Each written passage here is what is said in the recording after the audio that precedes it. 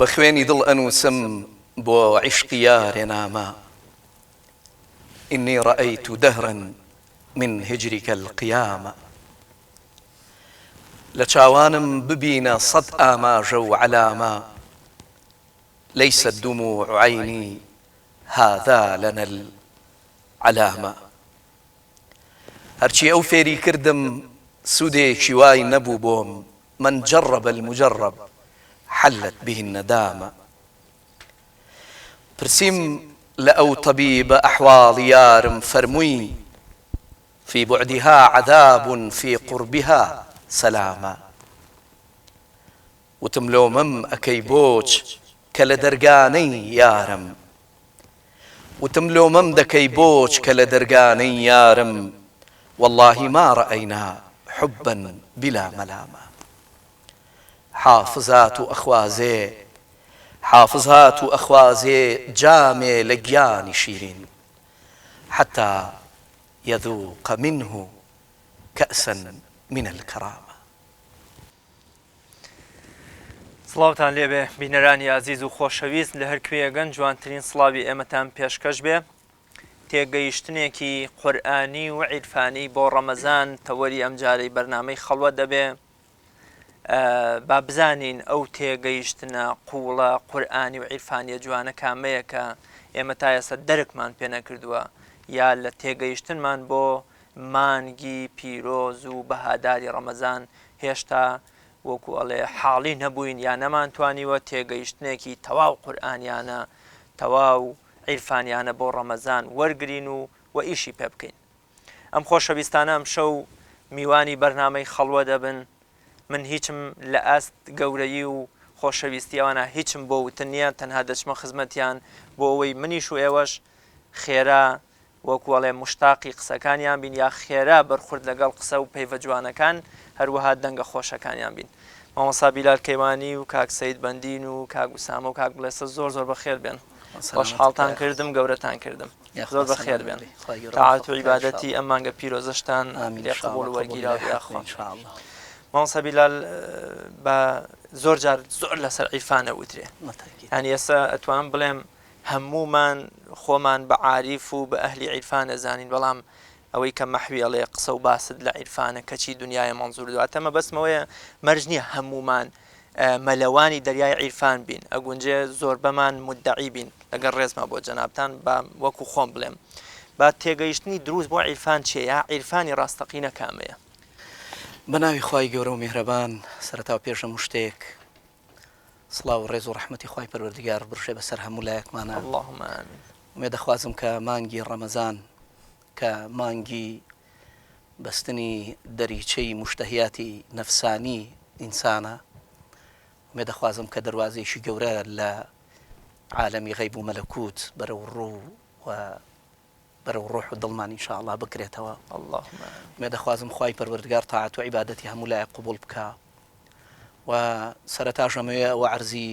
جەناب و بینەرانی خۆشەویستیش بکەم کە من خۆم زۆر لێو بەکەمتر ئەزانم کە بتوانم لەسەر کۆمەڵێک بابەت گەلی وە کە بەداخەوە کاری زمان نییە و کاری دڵە و تێپەڕینە لە دنیای ڕووکەش و زاهیر بەرە و دنیای ناوە و باڵتن. بەڕاستی خۆی بۆ خۆی من زۆر کات لەسەر ئەم بابەتە کە ویستومە بوەستم تەواو خۆم بە شەرمەزاری ئەوە زانیوە کە تەنها لە چوارچێوەی قسەیە بتوانم ئەم معریفەتە گەورەی عیرفان نمایان بکەم لەبەرەوەی کە بەڕاستی وەختێک کە تەماشای خۆمەکەم و خۆم ئەبینم و نەمتوانیوە ئەو حەقیقەت و جوانی و ئەو ناسکی و لە تایفەی کە لە عیرفانی ئیسلامیە هەیە بەکار و کردەوەی خۆم بینەخشێنم و کۆڵێ کە یەکێک لە عاریفانە فەرمێ ومێدمە کرد کە خوایە بێ ئەوەی کە باسی تۆ بۆ هیچ کەسێ بکەم خەڵک لە چاوی منەوە تۆی ببینایە بەداخەوە کەوەی کە ئێمە نەمانتوانی کە کاتێ ڕەمەزان دێت و ڕەمەزان ئەڕوا و قورئان ئەخوێنین و تەواوی ئەکەین بەڵام لەبەر ئەوەی کە نەمانتوانیوە بگەین بە ڕۆحی قورئان نەمانتوانیوە بگەین بە ڕۆحی معنەویەت و عیرفان هەر ئاوا لێی تێپەڕیوین و بەبێ ئەوەی کە هیچ ئیضافەیەک بۆ سەرژیان و فکر و جیهانبینی و ڕوئیامان دروست بوو بێ. لە خزمەتتا ئەمەوێ بە غەزەلێکی مەولانە دەست پێ بکەم کاتێک کە ئێمە ئەمانوێ باز لە عیرفان بکەین. عیرفان بەڕاستی دەرچوونە لە ڕووکەش بۆ ناوە، دەرچوونە لە ظاهیر بەرەو باتین، دەرچوونە لە دەرەوە بەرەو دەروون، حتا ئەوەی کە لە ناو دەرونی خۆتا شتێک بۆ دروست نەبوو بێ هەموو ئەو سلوکە دینیانەی کە ئەیان کەیت و بە بەردەوام ڕۆژ و شەوت خستۆتە سەریەک، حتا ئەو فەلسەفەی بابەت گەلە زۆر گەورە و معریفیە لە ناو ڕۆحی تۆیان نمایان نەبێ هیچ شتێک لەوانە بە دەردت ناخوا و کەڵک و ئیسفادە و سوودێکی نییە بۆت. مەولانا ئەفەرمێ ئاشنایەن ڕەه بدین مەعنا بەرەن. یعنی یەکێکی تر لە وەزیفەی عیرفان ئەوەیە کە ئینسان لە دەستەواژە و لە تێکستەکانەوە ئەبا بەرەو دنیای مەعنا. ئاشنایەن ڕەه بدین مەعنا بەرەن، دەرفەزایە خاص بەرعام نیست. ئەز هەزاران دەریەکی گیرەت سەما زان کە هەر کەس لایەقی پەیغام نیست. ئەفەرمێ لە ناو هەزاران کەسا یەک نەفەر پەی بە حەقیقەتی معریفەتی ئیلاهی و عالەمی مەلەکوتی باڵا ئەبا. لە ناو هەزاران کەسا تەنها یەک کەس ئەو پەیامەوەکو خۆی دەرک ئەکا. نمونەمان زۆرە کاتێک کە باسی مەولانا ئەەکەی دقیق بۆ ڕوو نەبێتەوە کە مەولانا ڕاستە و خۆ بەر قورئان کەوتووە، بەر خودی پێغەمبەر کەوتووە صلی الله عليه وآله وسلم. ئێمە لەکوێین؟ لە ئەمەوە پێم خۆشە باسێک کە لە سەدەی 16هەمی سەدەکانی ڕابردووە ڕووی داوە. پیاوێک بە ناوی منسوور ئەفەندی کە شێخی طریقەتی خەلەوی بووە لە ئەستەمبول، پیر بوو ئیتر وەکوڵێ نزیکی ساتە وەختی بەجێهێشتنی دنیا و مەرگی نزیک ئەبێتەوە، ئەوێ جێنشینێک بۆ خۆی دابنێ. لە طریقەتە بەداخەوە کە ئێستا جێنشیندانان قاڵبێکی ینی چۆنەڵی خانەوادەیی و خێزانی بەخۆ گرتووە کە بەداخەوە ئەوەش جۆرێک لە سەلبیاتی تایە، بەڵام عورەفا لە پێش ئێمە هەوڵیان داوە بۆ ئەوەی کە دەستنیشانی ئەو کەسە بکەن کە تەواوی ئەم طریقەتەی لە ناو خۆیان کۆ کردوێتەوە و دەرکی پێ کردووە، تەوەجوهی لەسەر طریقەتەکە بووە، ئەنجا دەستنیشانیان کردووە. بۆیە تەواوی مریدەکانی کۆ ئەکاتەوە بە مەبەستی دانانی جێنشینێک بۆ خۆی. ئەیەوێ چی بکە؟ ئەیەوێ بزانێ کامیان لایەقی ئەوەیە. ئەڵێ ڕۆژێک دیاریەکەن بۆ ئەوەی کە ئەو ڕۆژە زۆر بەرز ڕابگرن بە گوڵ و گوڵزارێکی زۆر بیڕازێننەوە ئەو تەکیە و خانەقاکەی خۆیان. هەموو مریدەکانی ئەنێرێ ئەڵێ بڕۆن جوانترین چەپکە گوڵ بێنن بۆ ئەوەی کە تەکیە و خانەقای پێ بڕازێنینەوە. هەمیانە ڕۆن یەک باوەش گوڵی زۆر زۆر جوان و بەڕوونەق و ئەوە ئەهێنن. تەنها مەرکەز ئەفەندی نەبێ یەکێکە کە لە مریدەکانی شێخ ئەڵێ کاتێک کە تەماشایە کا سەیرەکە یەک گوڵی سیسی پەژمردەی بەدەستێەوە گرتووە و هێناوێتی بۆ بەردەمی شێخ، هەمیان سەیرەکەن بە تەعجوبەوە لە نەرم کابرا شێت بووە تەواوە. شێخ فەرموویەتی گوڵی جوان بێنن بۆ ڕازاوەکردن و جوانکردنی تەکیە. ئەرێ ئەم کابرا بۆ ڕۆیەوە ئەوەی هێناوە. شێخ لێیە پرسیاڵێ مەرکەز ئەفەندی ئەرێ بێزەحمەت بۆچی ئەم گوڵە پەژمردەیەت هێناوە لەگەڵ خۆتا؟ ئەڵێ قوربان کە چوومە مەیانی گوڵفرۆشان، کە چوومە ناو باخ و گوڵستان و بوستانی ئەو هەموو گوڵە جوانانە، سەیرم کرد تەواوی گوڵەکان لە زیکر و یادی پەروەردگارا بوون، تەنها ئەم گوڵەیان نەبێ کە زیکر و یادی پەروەردگاری تەواو کردبوو. وتم با ئەمە بەرم بۆ ئەوێ. ئەمە تەنها لە ناو ئەم هەموو مریدا یەکێک دەرکی بەمە کرد. بۆیە ئەو شێخە یەکسەر خێرا مەرکەز ئەفەندی کرد بە جێنشینی خۆی. ئێمە بۆ پێی بەمە نابین. زۆر کات ئێمە باز لە ئەو کۆڵەکەی حەنانەیە ئەەکەین کاتێ لە سەردەمی پێغەمبەری خوایە پاش بەناکردنی مینبەر کاتێ پێغەمبەر صلی الله عليه وآله وسلم بۆ خوتبە پاڵی پێوە ئەیا، بەڵام کاتێک کە تەرکی کرد جەنابی پیری مدەڕیس ڕەحمەتی خوای لێبێت چەند جوان ئەفەرمێ کاتێ تەرکی کرد پاش بەنای مینبەر کۆڵەکە ناڵاندی لە تاو فیراقی دولبەر تا نەڕۆشتە لای بە میهرەبانی باوشی پیانە کرد وەک برای گیانی کۆڵەکە بێدەنگ نەبوو بە سەبر و ئارام بە محەبەتی عەلەیهی السەلام صلى الله عليه وآله وسلم کۆڵەکەیەک بێتە هاوار مەولانا خالی دەفەرمێت کۆڵەکەیەک بێتە هاوار و تۆ کەچی نامری کە لەم ژیانەی دوای ئەوت عار نایە و پێ و عەیب نییە کە لە دوای ئەو ماوی تەتەوانی و جێو لە هیچ شتێ نییە کار کوێر لە مانگی ڕەمەزانە زۆر زۆر ضرورە ئێمە یەک نوقتە بەرپا بکەین بەوەی کە بگەڕین بە دوای ئەوەی کە معنای ڕەمەزان و ڕۆژومان بۆ ڕوون ببێتەوە معنای ڕەمەزان چییە لە ڕەمەزانە هەر هەمومان نایەکی زۆر گەورە نەخێرێکی زۆر زۆر گەورە لە بەرامبەر مشتەهیاتی نەفسانی خۆمانە ڕاگەخر هەمیشە بەڵێکردن ئاسانترە لە نەخێرکردن نەخێرکردن سەختە ئینسان وان ڕانەهاتۆ بە بەردەوامی نەخێر بەرامبەر بە هەموو ئەو شتانە بکات کە حەزی لێیەتی خواستی هەیە بەرامبەری ئەیەوێ ئەنجامیان بە بەڵام لە ڕەمەزانە ئەم ئیماندارە دێت لە بەرامبەری تەواوی حەز و ئارەزوەکانی خۆیان یەک نەخێری گەوراڵێ کە معنای کە سادەترینی ئەوەیە کە ناخوا و ناخواتەوە گومانی تیان نییە لەوەی کە هەر ئەم بەستنی دەریچەی حەز و ئارەز و شەهەواتی ئینسانە ئۆتۆماتیکی و بە تەبیعی وردە وردە دەرگای مەلەکوتی باڵا و عالەمی غیبت لێکرێتەوە ئەوەیە کەواد لێ ئەکا ئیتر لە مانا و مەغزا و ڕۆح و فەلسەفەی ڕۆژ و حاڵی ببین کە بەداخەوە کاتێک کە ئێمە قورئان ئەخوێنینەوە وەک ئەوە نایخوێنینەوانێک کە پێغەمبەر و ئەصحاب صلى الله عليه وآله وسلم خوێندویانەتەوە و لێت یەگەیشتون مەولانا لەم بابەتا شتێکی زۆر جوانی هەیە لە فیه ما فیها فەرمێ هاوڕێیانی مستەفا ئەصحابی مستەفا قورئانیان ئەخوارد نەیان ئەخوێند لێ پرسن یعنی چی قورئانیان ئەخوێن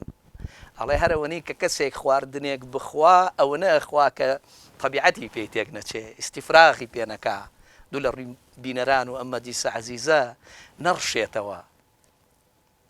ئەڵێ ئەوانیش هەر ئەوەندە قورئانیان لەبەر بوو ئەوانەی کە لە بەریان بوو چەند سوورەتێکیان لەبەر بوو نافەرمێ هەمووشی ئەڵێ بە پەنجەی دەست ئاماژەیان بۆ ئەکرا ئەیان و فڵان کەس و فڵان کەس ئەوەنە سوورەتیان لەبەرە لە قورئانی پیرۆز بۆ لەبەرەوەی کە ئەوان تەعاملیان لەگەڵ ڕۆحی قورئانە ئەکرد نەک لەگەڵ پیتەکانیان نەک لەگەڵ ژمارەی حرفەکان و سوورەتەکانە کە بزانی ئایا تۆ چەندێک لە مانگی ڕەمەزانە ختمت کردووە و چەند جار بەم کەمینەیەش وەکو مەحویەڵێ بە نووری عەکسی پێغەمبەر ئەوەندە منعکیس بوو بوون غەریبی تازە هاتوو دەیگوت ئەم پێغەمبەرستان ئەنی چۆن کە عایشە ڕەزا و ڕەحمەتی خوای لێبێ لە وەسفی پەیامبەرەکەیان صلی الله علیه و سلم فەرمێ خۆی قورئانێکی زیندوو بوو لە نێوانتانە ڕێ ئەکریا هەر خۆی سەرلەبەری ئەخلاق و ڕەوشتەکانی قورئان بوو ینی لە کاریگەری ئەم قورئانەوە ئەمانیش بوو بوونە جۆرێک وەکو مەحویەڵێ پێغەمبەرستانێکیان دروست کرد جا لەمە شتێکی زۆر خۆشت بیرخستنەوە لەوەی کە لە سەردەمی پێغەمبەر عەلەیهی سەڵات وەسەلام کۆمەڵێک لە مشتریکین هاتن سوکایەتیان بە قورئان کرد کۆمەڵێک لە ئەصحاب خەریب و بڕۆن مەسەلەن ها پەلاماریان بن بەڵام پێغەمبەر صلی الله علیه و سلم چی فەرموو فەرمووی وازیان لێ بێنن ئەوە قورئان نییە من قورئانم وەختێک ئێمە خەلەلەکە لە خۆمانە نابینین گەورەترین ئیشکال بۆ ئومەتی ئیسلامی دروست دەبێت ئێمە بەردەوام خەلەلەکە لە بەرامبەرمانە ئەبینین نازانین کە خەلەلەکە لە خودی خۆمانایە لە ناوەی خۆمانایە پێویستمان بە چارەسەرکردن و ئیسلاحی خۆمانە ئەگەر ئێمە توانیمان لەوەی کە خۆمان ئیسلاح بکەین ئەوە تەطبیق بکەین کە قورئان ئەیەوێ بڕوا بفەرموو ئەم کێشانە هەمووی بە ئاسانی چارەسەر ئەبن قورئان باسی ڕۆژوو باسی صیام چۆن ئەکا ئەفەرمێ یا ئەیها الذین آمنوا كتب عليكم الصيام كما كتب على الذين من قبلكم لعلكم تتقون ئەفەرمێ ئەی ئەوانەی کە ئەتانەوێ بە ئەمنیەت بگەن ئەخر وشەی ئامن و ڕیشەکەی ئەمنە ئەسڵەکەی لە ئەمنەوە وەرگیراوە، یعنی ئێوە خۆتان ئەتانەوێ بە ئەمنیەت بگەن، لەگەڵ ئەمنیەت و ئاسایشی ڕۆحی و بەدەنی و نەفسی و وەکوڵێ جەستەییە قرار بگرن. ئەگەر ئەمەتان ئەوێ چی بکەین باشە؟ ئەفەرمێ کوتیبە عەلەیکم الصیام. جا ئەگەر دقت بین کوتیبە فعلی بنا مفعولی ماضیە، یعنی فعلی مبنی للمجهولە، فاعیلەکەی دیار نییە. خوا نافەرمێ كتب الله عەلەیکم الصیام، ئەفەرمێ کوتیبە عەلەیکم. وا بە پێویست گیراوە لە سەرتان کە چی؟ کە بە ڕۆژوو ببن. ڕۆژوو چی ئیسفادەیەک بە ئێمە ئەگەێنێ؟ ئەمان گەیەنێ بەکوێ؟ ئەوە بە ڕۆژوو بووین، نانمان نەخوارد، ئاومان نەخوارد. ئەمە لە پێناوی چییە؟ لە پێناوی ئەوەی کە ئاگامان لە فەقیر و هەژار بێ، کە من پێم وایە لە ڕووی ئەخلاقیەوە ئەگەر هەندێک کە ئاوا ماناو، ئەمە بەشێکی جوزئیەکی زۆر بچووکێتی، ئەبێ بەدەل لە کاتی ڕۆژوش هەر ئاگامان لێیاناییەوە. ئەوە ئەسڵەن جاری وا هەیە وای لێت کە تۆ ئەگەر بەمعنە ئەخلاقیەکەی بیری لێ بکەیتەوە، ئەی کە تۆ وەکو ئەوت لێبێ ئەی فەقیرەکە خۆی چی لێبێ لەو کاتە. جوان ئەو ئاگای وانی هەست بە چی بکە. یعنی ئەم قورئان لەگەڵ ئەوە مەفهومێکی ڕۆحی تەواو ئینسانیە، مەفهومێکی تەواو ئەخلاقیشە. ڕاستە. لەبەر ئەوە ئەفەرمێ بۆ ئەوەی بگەن بە چی؟ لعلكم تتقون، بۆ ئەوەی بگەن بە تەقوا. بە بەرهەمێکمان گوێ لێبێ پاشتر زیاتر بزانین تەقوا لە دیدی عیرفانی و قورئانیەوە تەقوا چییە و ئێمە چۆن بگەین بەم پلەی تەقوایە. پێم خۆشە گوێبیستی بەرهەمێکتان بە. دەمێکە چاوەڕێیەتی گیان و دڵ ویساڵی تۆ، ئومێدەکا کە دەرکەوێ لە پڕمەهی جەماڵی تۆ. ئەگەر لاینەی منە دەمێ نەبێ میسالی تۆ، شکستە بێ بە بەردی غام بەجای سەحب و ئالی تۆ. کە ئاسمان وەکو زەمین بەوانە افتخارەکە، ئەی ساحەتی سەجەنات دەشتی عەرەبستانت، ئەی ساحەتی سەجەنات دەشتی عەرەبستانت، نادەم بە هەزار گوڵشان یەک خاری موەیلانت، نادەم بە هەزار گوڵشان یەک خاری موەیلانت، بۆ لالەی نۆمانت داغدارە دڵ و جەرگم، داغدارە دڵ و جەرگم، بۆ لالەی نۆمانت، بێپەڕتەوی ڕوخسارت تاریکە دڵی حربام، بێپەڕتەوی ڕوخسارت تاریکە دڵی حربام، بەو زەڕەیە بنوێنە خورشیدی درەخشانت، بەو زەڕەیە بنوێنە خورشیدی درەخشانت، ئەی ساحەتی سەجەنات دەشتی عەرەبستانت، نادەم بە هەزار گوڵشان یەک خاری موەیلانت، نادەم بە هەزار گوڵشان یەک خاری موەیلانت، بۆ ساروی خەرامانت وەقومریە ناڵێنم وەقومریە ناڵێنم بۆ ساروی خەرامانت عقل و خیرەتی بردوم ناشای قەدەحی چاوت عقل و خیرەتی بردوم ناشای قەدەحی چاوت پەیوەندی هەوای کردوم تای زوڵفی پەرێشانت پەیوەندی هەوای کردوم تای زوڵفی پەرێشانت ئەی ساحەتی سەد جەننەت دەشتی عەرەبوستانت نایدەم بە هەزار گوڵشەن یەک کاریم و غەیلانت نایدەم بە هەزار گوڵشەن یەک کاریم و غەیلانت میحرامی دڵ و جانە هێزی دەسیمانە ئاسایی خەتیبانە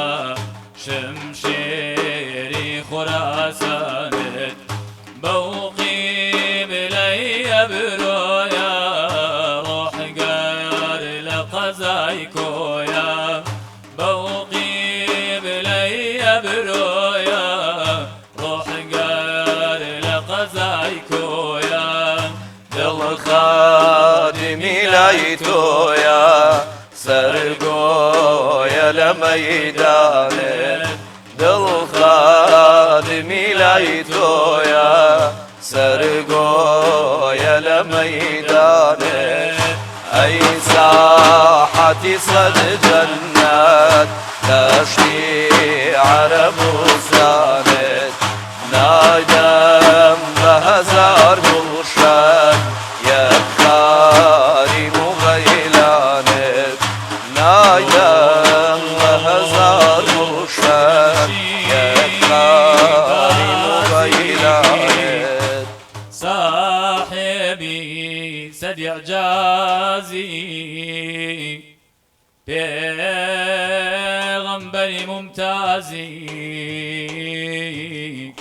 دەستی من و دامانت قورانی نوعوتی تۆ ختمی بە بەشەر نایێ بێخود چییە یا حەسان جبری لەسەر ناخوانت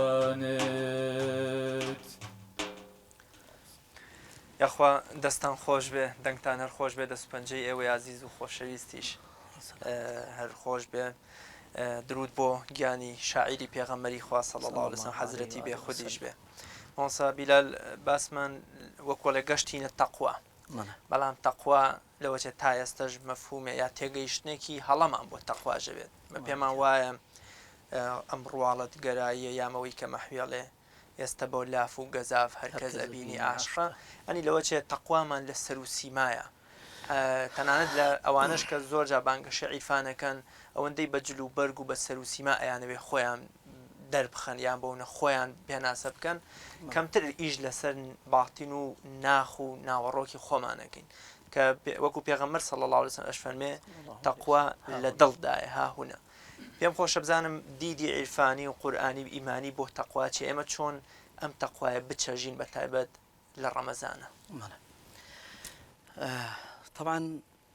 بابەتی تەقوا لە تەواوی سلوکیاتی دینی وجودی هەیە طبعا ئەگەر بینە سەر ئەوە تەقوا خۆی بۆ خۆی ئیشکالەکە ئەوەیە کە ئێمە بەو نەریتە یان بەو کولتورە ئاینیە کە گەیشتووە بە ئێمە بەداخەوە ئێمە لەبەر ئەوەی تەوەجوهمان نەبووە بەرامبەر بە بابەتەکە نەمانتوانیەوە معنای تەقوا وەکو خۆی دەرەکەین. ئاخر بینین وەختێ ئەبێ ببینین کە تۆ تەوەجوه بەرامبەر بەو شتە هەبێ کە سەیریەکەی. یعنی هەر بۆ نمونە زۆر کات لە بازار ڕاتێپەڕیویت و خۆشەویستترین برادرت تەماشاو کردووە، بەڵام لەبەرەوەی تەوەجوه بەرامبەر بەم کەسە نەبووە وەکو ئەوایە نەوبینی بە یەکسەر بەلایە تێپەڕیوی هەر نەوبینیوە، لەوەچە دوایش گلەی ئەوەت لێ بکا بڵێ باشە ئەرێوە تۆ زەق زەق سیرتە کردم بۆچی مەرحەبایەکە نەکردم. یعنی دروست ئەم بابەتە ڕێک ئاوایە لەبەر ئەوەی کە ئێمە نەکەوتوینەتە ئەوەی کە تەوەجوهمان بەرامبەر بە بابەتەکە هەبێ هەر ئاوا بە ئاسانی لێ یەینە دەرەوانێ و ببێ ئەوەی کە ڕەمەزان و ڕۆژوەکانی قورئان و ئایەتەکانی کاریگەریەک لەسەر ژیان و بوون وجودی ئێمە دروستکەن. ئەخر ئەچیتۆ مزگەوتەکان خۆ بەرناکەوێ، خۆ مسلمانان زۆرن لەوەی کە بە بەردەوام دەمیان بە تەسبیح و نزا و کۆمەڵە کشتی لەم بابەتانەوەی و زمانیان بەڕۆژووە. ئەی بۆ وەختێکە لە مەدرسەی ڕەمەزان ئەچینە دەرەوە هەمومان هەروکو خۆمان وای ئەبێ ئەم پرسیارە لە خۆمان بکەین و ئەم نەقدە ڕوبەڕووی خۆمان بکەینەوە وەکو چۆن مەولانا فەرمێ بشنەوید ئەی دووستان ئین داستان خود حەقیقەت نەقدە حالی ماستان.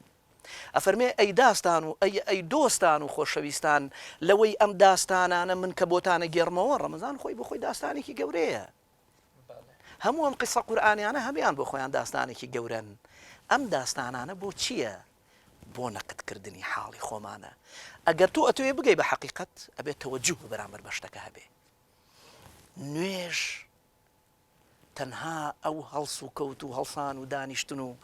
ئەوە نییە، ئەمە نیازی ئەم ئینسانەیە بەرامبەر بخوا. جامی شعرێکی زۆر عەجیبی هەیە لەو بابەتە، بەس من نامەوێت بابەتەکە وەکۆڵێ ئەوەنە قوڵ بکەمەوانێ ئەسلی مەقسەدمان لەبیر بچێتەوە. ئێمە باسی تەقوا ئەکەین. بە نووری بادە کەشفی زوڵمەتی تەقوانەکەم چی بکەم، بە شەمعەیەکی وەها چاری شەوێکی وانەکەم چی بکەم، لە خزنەی دڵمدا هەرچی هەیە هەرداغی سەودایە، دەسا ئەم نەقدە دەردی عشقی پێ سەودانەکەم چی بکەم. تەقوا تەنانەت لەو مەرحەلەیە لای مەحویشە زوڵمەتە، تاریکیە، دەرکی پێ نەکردووە، نازانێت چییە. پێغەمبەر صلی الله عليه و آله وسلم کاتێک لی ئەپرسن تەقوا چییە ئەفەرمێ چی؟ ئەفەرمێ تەقوا ئەوەیە کاتێ بەناو ڕێگەیەکە ئەتەوێ بڕۆی ئەم ڕێگەیە هەر هەمووی دڕکوداڵ و کەندەڵانیە.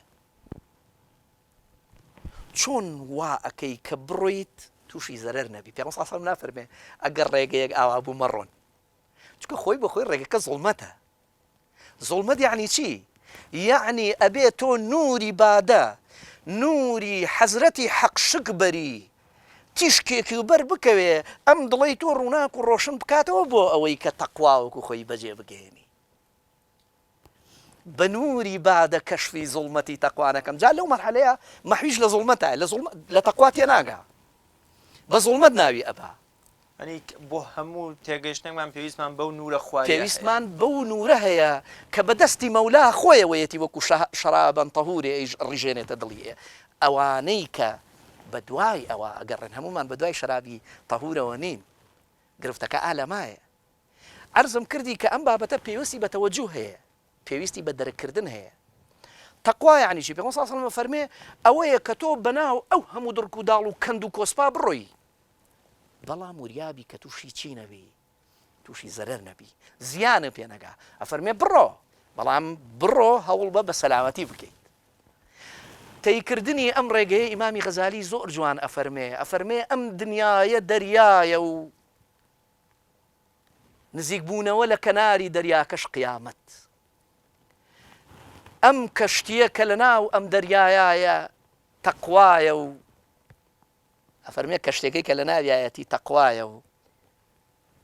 ئێمەش وجودمان لە ناو ئەم کەشتیایە چۆن بە سەلامەتی لەم دەریایە بیگەێنین بە شوێن و مەقسەدی خۆی. ئەمە هەرا بە قسەکردن دروست نابێ. تەقوا فەلسفەی تەقوا نەک لە ڕۆژووە، تەنانەت لە عیبادەتە. ئێمە وتمان زۆر کەس ئەڵێ بۆچی ئێمە مەسەلەن خوای پەروەردگار ئێمەی دروست کردووە؟ ئەفەرمێ بۆ عیبادەت.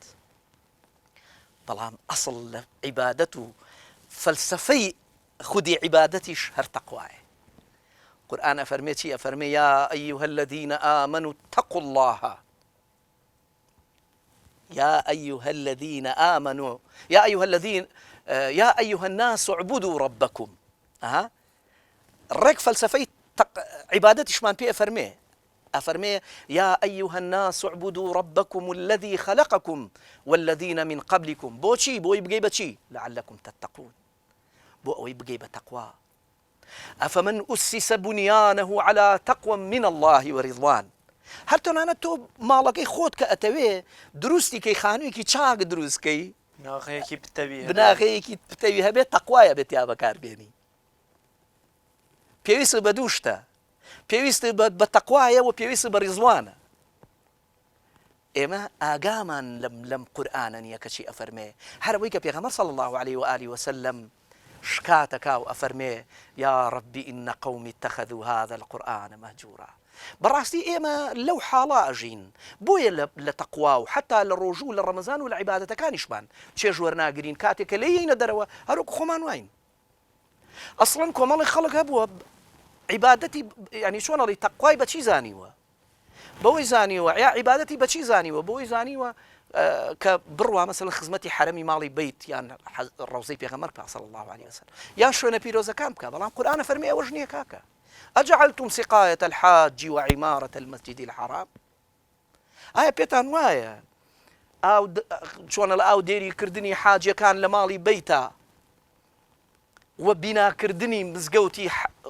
خوای پەروەردگار مزگەوتی حرام پێتان وا بێ ئیترەوە گەیشتون بەو سەری نا ئەمانە هیچ نییە لە چاو ئەوەی کە بگەی بە تەقوا تەقوا چییە نووسەرێکی ئەمریکی باسی تەقواکە ئەفەرمێ کتێبێکی بە ناوی حسی مەذهبی یا ئەبعادی یا چوار ئەبعادی ڕوحی بە فارسی تەرجەمە کراوە ئەو کتێبە باز لە چوار بوعد ئەکا ئەڵێ ئینسان خاوەنی چوار دانە بوعدی ڕەهەندی ئەوەی خۆڕزکە کە لە حیاتی ئینسانە وجودی هەیە یەکیان چی یەکیان معریفەتە هیچ ئینسانێ ینی چۆنەڵی ئەها حب و خۆشەویستی ئەوەی تیان نییە ینی وەکو مەلەکەیەک لە ناو ناخیا بگەڕێ بە دوای کۆکردنەوەی زانست و زانیاریە ئیلا لە فترەیەکە مەسەلەن حەز ئەکا بڕوا بەڵام هەمیشە بە دوای شناختە ئەگەڕێ بە دوای ناسینی ئەو شتەیە ئەڕوا کە پێی وترێ معریفەت بۆ ئەوەی کە بگا بە حەقیقەت لەگەڵ غەریزەیەکی تر هەیە لە ئینسانە قودرەتە زۆربەی زۆری خەڵکی وەرزشی بەسەن بە دوای قودرەتە ئاگەڕێ سیاسیەکان بە دوای قودرەتی دەسەڵاتە ئاگەڕێ باشە دوایەوە هەندێکی ترمان هەند بە دوای سەروەتە ئاگەڕێن هەندێکی تر بە دوای شەهوەتە ئەی جا باز لەوە ئەکا ئەڵێ ئینسانی ئیماندار بە دوای چی ئاڕوە ئەگەر ئێمە پرسیاری ئەوە بکەین لە خۆمان هەر بەڕاست ئێمە بە دوای چیەوەین ئینسانی موسڵمانە بێ بە دوای تەقوایەوە بێت تەقوا یعنی چی ئیشکالەکە لەمایە هەتا ئێسش ئەمە چونکە معناکەی ئەوەندە قوڵ و یعنی بێ ئەندازە شت لەگەڵ خۆیان هەڵەگرێ هەر هێشتا نەمانتوانین لە ماوەی ئەو پرسیارەی کە جەناب کرد تەقوا ڕوون بکەینەوە بزانین چییە مامۆسایەک لە ئەمریکا تەلەبەکانی کۆ ئەکاتەوە تەلەبەی ئیبتیداین سەرەتا پۆلیەکی سەرەتایی ئەیەوێت تایانە ینی شتێک بدۆزێتەوە خۆشترین شیرینی ئەوەی کە مەسەلەن لەو وڵاتە بکە باوە و مناڵ زۆر زۆر حەزیلەتی ئەی خاتە بەردەستیان ئەڵێ هەر کەسێ هەتا منێمەوە 5-6 دقەیەکم پێچێت تەمان کامێرایان بۆ داناون ئەڵێ هەتا 5-6 دقەیەکم پێ ئەچێ هەر کەسێ لە ئێوە خۆی کۆنتترۆل بکە دانەیەک دەستی بۆ نەبانەی خوا هەتا منیەمەوانێ دوو دانەیەمێ هەندێکی تایە ئیتر ئەوە نەحەزیێجێتە سەریەمانە پەلاماریایی خوا یەکێکی تر ئەڵەیە کورە دەبا مامۆسا بێتەوە پەلە ناکەم یەکێکی تر ئەسڵەن یعنی چۆنڵی ئەوەنە زاڵە بەسەر خۆیان کۆنتترۆڵی نەفسی خۆی کردووە ئەسڵەن هەر بیریشی لێ ناکاتەوە ئەم نووسەرە ئەمریکیت پێمانەڵێ ئەڵێ تەقوا بغەیری سێلف کۆنتترۆل کە بە ئینگلیزیەکەی مۆسەڵەحەکەی ئەمەیە بەغەیری کۆنتترۆلکردنی نەفسی خۆت هیچ معنایەکی تری نییە چۆن لە بەرامبەر تەقوا یعنی ئامە چۆن بتوانی کۆنتترۆڵی نەفسی خۆت بکەیت تۆ بە ڕۆژوویت زمانە لە زەمکردن و لە غەیبەتکردن و لە ناشرینکردن و لە چاڵ هەڵکەندن و لە نازانم هەرچیشتی ناشرین هەیە ناتوانانی زەبتی بکەیت. هەر فەرمودەکەی پێغەمبەری خوش صلی الله عليه وسلم لە پێناسەی بۆ ئیحسان ئیسلام و ئیمان و ئیحسان چییە؟ هەر ئیحسانی ترە توانین بڵێن کرۆک و لووتکەی تەقوایە. لووتکەی تەقوا. ینی تۆ عادەتەن کە هەستت بە وجودی خوددا بە بینەرێتی خوا و چاودێری خوایی کرد لەوەچە هیچ شتێک ناکەی. ینی تۆ زۆر جار بەرامبەر بە مناڵەکەی خۆت وەلیلای المەثەل الأعلا مناڵەکەی خۆت دیارە، ینی ئەتەوێ بە ئەتەکێت و بە ڕەوشتێکی باڵاوە ببینرێ و بدوێیت و ببزوێی. ئێستا گەر خاڵقێک وەکو خوددا چاودێرت بێ و بتبینێ ئەوە هەر ئەولاترەکەەوە تەواو بەو جۆرەژی تر ئەمە ئەتوانین بڵێن کرۆکی تەقوایە. گومانی تیان نییە جا مەسلەی ئەم بابەتی تەقوایە بەغیری کۆنتترۆلکردنی نەفسی خۆت هیچ شتێکی تر نییە. ئێمە ناتوانین خۆمان کۆنتترۆلکەین. وی مەحوێڵێن نە شەیتان و نە دەوران و نە خزمانم بە من ناکەوی نەفسی خەسیس مەحویا کردوویە دەربارم. لێرە ئەوەیە کاتێک کە تۆ بە تەقوا ناگەی واتە بە جیهانی غەیب و مەلەکوت ناگەی. ئەو پیاوە گەورانەی لە پێش ئێمە ئەم هەموو حەقیقەتانەیان ڕوون کردوتەوە بۆچی گەیشتون بەمە؟ بۆ مەحوی یەکەم جار تەقوا بە زوڵمت ناو ئەبا، بەڵام کاتێ ئەگا بە حەقیقەتی تەقوا ئەچێتە مەرحەلەیەکی تر. ئەڵێ چی؟ ئەڵێ کە هەڵگیرسا لە نووری بادە شەمعی حوسنی جانانە نەچێتە سەر تەریقەی حەزرەتی پەروانە. دڵ چی بکە؟ پەروانە لە بەرامبەر ئاگرا، لە بەرامبەر ئەو ڕووناکی و ڕۆشناییە ئامادەی ڕۆحی خۆی ببەخشێ بەبێەوە یەک کەلیمە قسەی لە دەمەوە بێ، بەبێ ئەوەی هیچ بڵێ. سعدیە فەرمێ ئەی مرغی سەحر عێشق ز پەروانە بیاموز. ئەی چۆلەکەی بەرە بەیانم هەموو ناڵە ناڵەوە لە چییە؟ هەموو هاتو هاوارە لە چییە مەعشوق بینیوە؟ ئەم عیشقە و لە پەروانەوە فێر ببە کە هیچ ناڵێ. زمانی حاڵی پەروانە لە کاتی سووتنا دەیوت کەسێ واریسمە وەک من بێ لە عیشقا خۆ بسووتێنێ. گوێنەی تێ بەناویا بڕۆی، بەڵام گرنگەوەیە بە سەلامەتی لێی دەرچی. ئێمە لەم دنیاە بە تەواوی ئەو سلوکە دینیانە شەوکە ئیکەین بە سەلامەتی تیا دەرنەچوین. نەخانەوە دەمانتوانی ومانە خانەوادەیەک بێ لەسەر ئەساسەکەی لەسەر تەقوا بوو بێ. ئەم هەموو کوشتن و ئەم هەموو ناڕازی بوون و ئەم هەموو تەلاق و جیابوونەوەیە هۆکارەکەی چییە؟ هۆکارەکەی ئەوەیە من ناتوانین خۆمان زەبت بکەین. ڕاست ناتوانین ئەو کاتێک کە شتێک هاتە سەر ئەوەی کە حەقی نەفسی خۆمان بێ بەرخوردی لێ بکەین و لێی تێپەڕین و بڕۆین. ئیمامی عەلی عەفومکە ئیمامی عەلی کاتێک کە وەکوڵێ لەگەڵ کافرە بێ باوەڕەکەیە لە جەنگا بوو، یای بە عەرزاکە پاڵەوانێکی زۆر زۆر گەورە بوو، لەو کاتا کە خەریب و چەقۆکە بکە بەسەر خەنجەرەکە بکە بەسەر دڵیا و وەکوڵێ لە ناوی بەرێ تفێکی لە ئیمامی عەلی کرد. یەکسەر خێرا گەڕایەوە دوا و پیانوت بۆ نەو کوشت، وتی حتا ئەو لەحظەیە حەقی خوا بوو. تەقوا یعنی ئەوە لەمەیا بوو بە خۆپەسەندی یا تۆڵەکردنەوە، لەمەیە ئەبوو بەوەی کە هەرچیەکەم بکردایە حتمما لەسەر نەفسی خۆمە بوو. زۆر باش ماڵسە بیلال گوێمان لە بەرهەمێکی تر بێ بۆ ئەوەی تر بینەریش زیاتر حەزی لە سەوتەکەی ئێوەیە ماشەڵا لەوە چێس چاوەڕێی ئەوەیە گوێ لە جەنابتان بگرێ.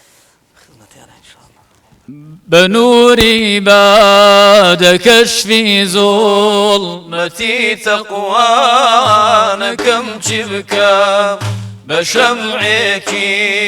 وهاتاري شريكي وانا كم جبكا بشمعك وهاتاري شريكي وانا كم شبكايا لخزني دلم دارشي هيا هرداغي سودايا لخزني دلم دارشي هيا هرداغي سودايا دسامنا قد دردي عيش قيبي سودانكم شبكام دسامنا قد دردي عيش قيبي سودانكم شبكام بنوري بعد كشفي ظلمتي تقوانكم شبكام بشمعكي وهاتشاري شبيكي وانكم شبكام بشمعكي وهاتشاري شبيكي وانكم شبكام لقل دستي ما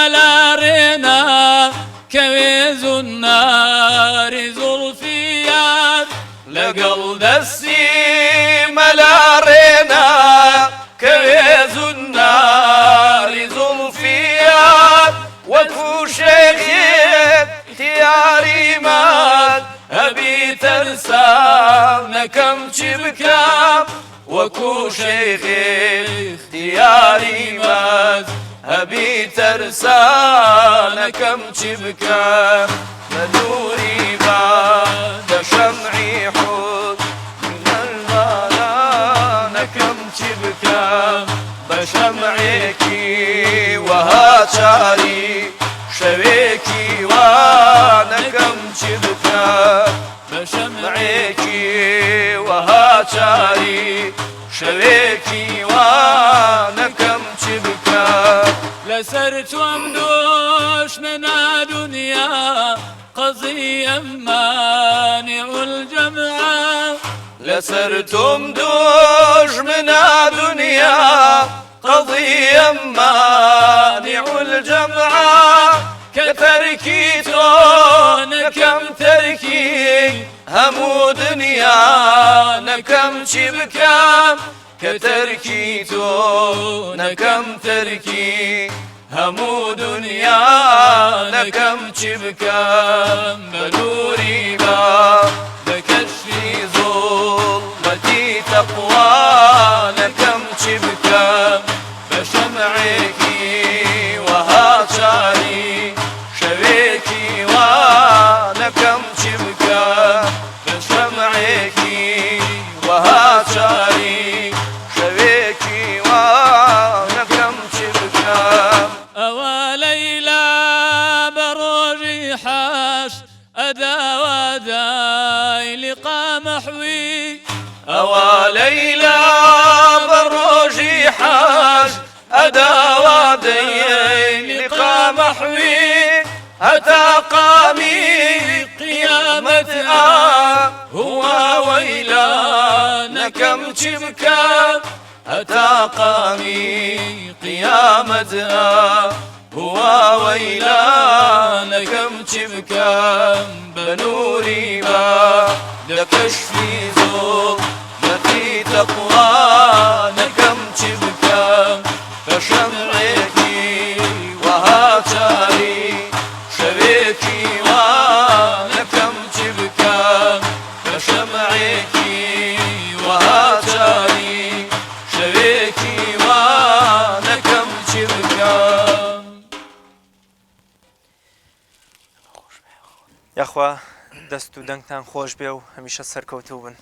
ڕەحمەت لە مەحویش. مامۆستا بیلال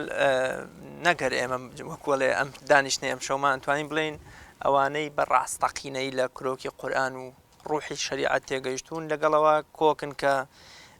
تەقوا چەقی ئەو پەرگاڵەیە کە هەموو ئاینەکان و هەموو پەرستشەکانی ئێمە بە دەور ئەو خاڵە ئەسوورێنەوە بۆ گەیشتن بەو خاڵە. یعنی بۆ نمونە مەولەوی ڕیشێچەنی من گەرنێەوە حەزور شەرتەن مەتاشوش تاوە نەفخی سوور ناری ئەفەرمێ مەلاکاکە حەمەی بێلو کە خاڵی بێ دڵی عالم لە عیرفان لە ئەعمالیان نەبێ حوسنی نمایان عەمامە و مێزەر و دەسماڵی ڕووسی وەکو شەمعە لەسەر قەبری مەجووسی. ینی زۆر شتی تر وتراوە نالی هەیەتی زیکری ڕیا و حەمدی دەڵێ بەزمی مەیخانەم لە تەهلیلەی ڕیا پێ خۆشترە. ئەم شتانە ڕەمەزان ئەبێ چیمان فێر بکە یام ئێمە لە تەقوا و قوتابخانەی تەقوا و ئەبێت چی فێر بین کە دین و تەقوا و مەبەست و ئامانجی شەریعەت و خودا و پێغەمبەریش ڕواڵەتگەرایی و خۆنواندن و ناوی زل و ئەم شتە ڕووکەشانە نییە بەڵکو و ئامانجێکی باڵا و پیرۆستریان هەیە. گەورەترین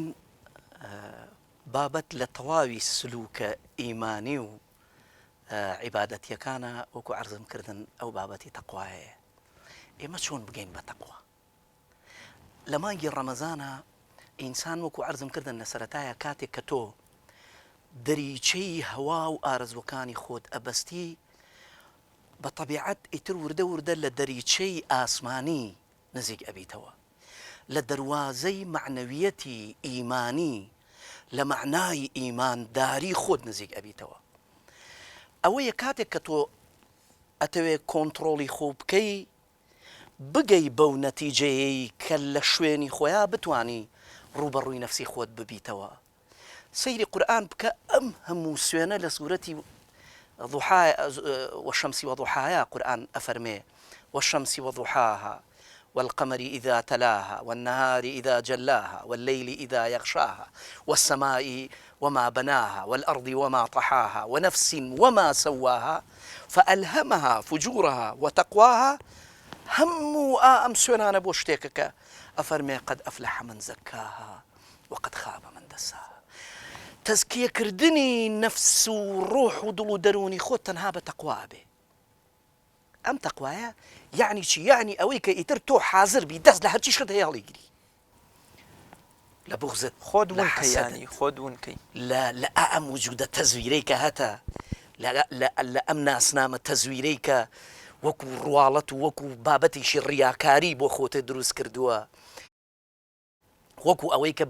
کردویتی بە پیاوێکی پیا و ماقوڵ وەکو ئەوەی کە کردوتی بە شێخ الئیسلام و سوڵتان و العولەما و کۆمەڵەشتی لەم بابەتانە لە هەموو ئەمانە بێتە دەرەوە نەفسێکی تەزویر کە ئەم شتانەی بۆ دروست کردووی مەولانا بەچی بوو بە مەولانا لەبەرەوەی کە پێی بە تەقوا برد مردە بودەم زیندە شودەم ئەفەرمێ یەکەم جار بڵێ گریە بودەم خەندە شودەم مرده بودم زنده شدم دولت عشق آمد و من دولت پاینده شدم زهره دولتی سیر است مرا جانی دلیر است مرا زهره شیر است مرا زهره تابنده شدم گفت که تو کشته نیی لایق این خانه نیی رفتم و دیوانه شدم سلسله بربنده شدم گفت که شیخی و سری پیش رو راهبری پیش رخ زنده کنش اختر رفکنده شدم ام پیاوه هرچیک شمس پیود بجوی کرد آخ خوزگا هر مولانا نبوایا کلم خور دروشاویا کلم خور دروشاویا که کاته و کل روناکی خوی بسر مملکتی قونیا پخش کرد کاش دودان مولانای تر لم خور دروشاویا بهریان ور بگرتایا خۆزگە هەر مەولانە نەبوایە خۆڵێ بە یەکێکی تریشی وتی وەرە با علمی حاڵە فێر بکەم بەڵام بەو مەرجێ ئەوەی من ئەمەوێت تۆ بیکەی نەیتوانی خۆزگە ئەیتوانی ئەڵێ پێی وتم وتی تۆ زیندووی بە حەیاتێکی حەیوانی بەندەی ئەم جەستەیی خۆتی ئەو هەرچی و پێڵێ یەکسەر بە قسەیەکەین ئەڵێ برسیمە نانە خۆی تینوتە ئاوە خۆی پۆشاک مەوێ نانم ئەوێ نازانم چی مەوێ خۆشگوزەرانی مەوێ هەر چیەکە دەوێ ناو نیشانم ئەوێ هەموو ئەم شتانە وای لێ کردووی کە بوویتە بۆ بتە حیجابێ بەرامبەر بەخۆت ئیمامی عەلی فەرمای شتێکی هەیە ئەفەرمێ مەوانع تا نەگەردانی ز خود دوور حەدیثێ پرشەنگێ نور نایەتە سنوور تورا تا ئاینە زەنگار باشد حجابی دیدنی دلدار باشد ئەفەرمێ حتا ئەو هۆکارانەی ئەو مەوانعانەی کە ئەبنە هۆکار بۆ ئەوەی کە تۆ یعنی بربەستێکی گەورە حیجابێکی گەورە لە نێوان خۆت و خوایە دروستکە هەتا ئەمانە لا نەبی ممکن نییە خوا نووری بادەکەی بڕژێنێتە ناو دڵتەوە ئیمامی عەلی ئەفەرمێ وڵی کاتی بەرنامەکەمازم 5 دقەشی بەسرا ڕۆشتۆ دڵیش لەوەچە بینەریش منی لە بەرچاو کە یەکەم قسە خۆشانی بە جەنابەت دەبڕم بەڵامی تر بڵێن چی کات ڕێمان من داوای لێبوردنەکەم بەس تەنها لەبەر ئەوەی کە بتوانم پەیامەکەی خۆم بگەێنم بە غەزەلێکی کاک ئەحمەد کۆتایی بە بابەتەکە ئەهێنم داوای لێبوردنتان لە یەکەم بۆ ئەوەی بگەین بە تەقوا و تەقواش بمانگەێنێ بە حەقیقەت و ڕووناکایی و ڕۆشنایی دڵ و دەروونمان و ژیانمان بە معنای کەلیمە ڕۆشن بکاتەوە کاتێکە لە ناو مانگی ڕەمەزانین بە تەقوا بینە دەرەوە پێویستمان بەوە هەیە ئەم سێ پرسیارە لە خۆمان بکەین کاک ئەحمەد ئەفەرمێ ئەگەر ئەرکی گرانی ماڵ و منداڵ تەنی لێ هەڵچینیمی بێتە سەرحاڵ بە تاموتین بەجێ نایە عیبادەت ئەنامتمانوە و تۆش هەوڵی مەینەت لە باتی خەم کە بۆ چاوا وەهایە سەرنجێکی دڵت بەچی تایە بەڵام ژیرانە ناخی دڵ دەرێنی قماری ژینە نەخۆ بخڵەتێنی لە بۆ سێ پرسی بوونی دانی ژیری دانان پەیاکە ڕاستەقینە سێ وەڵامان ئەم سێ پرسیارەڵێ لە خۆت بکە یەکەم بەندەی هەوای یاخوا دووەم دڵ لە هەوڵی پاشە ڕۆژەیان هەڵەی گەڵ سێهەم عالم فیدات یا تۆ فیدای خەڵک بەمانن ژینی بایەخدار و بێکەڵک بەڕاستی ئینسان ئەگەر بتوانێ ڕاستەقینە و ڕاستگۆیانە جوابی ئەم سێ پرسیارە باتەوە بە حەقیقەتی مطلقی جیهانی مەلەکوتی باڵا ئەگا بە ئومێدەوەی کە ئێمە بتوانین خی پەروەردگار ئەم دەریچەی ڕەحمەتەی خۆی لەم مانگی پیرۆزی ڕەمەزانە بەڕووی دڵمانە بکاتەوە کە بەڕاستی ببینە ڕێژنەی بارانی ڕەحمەت بەسەر خۆمان و بەسەر چوار دەورمان یاخۆخوات زاتان باتەوە مامۆستا بیلال کەیوانی و کاک سەید بەندین و مامۆستا ئوسامە و مامۆستا بڵێسە زۆر سپاسانەکەم بینەرانی عزیز و خۆشەویست سپاسێکی زۆریش بۆیەوە تا بە یەکگەشتنەوەیەکتر بەخواتان ئەسپێرم خواتان لەگەڵ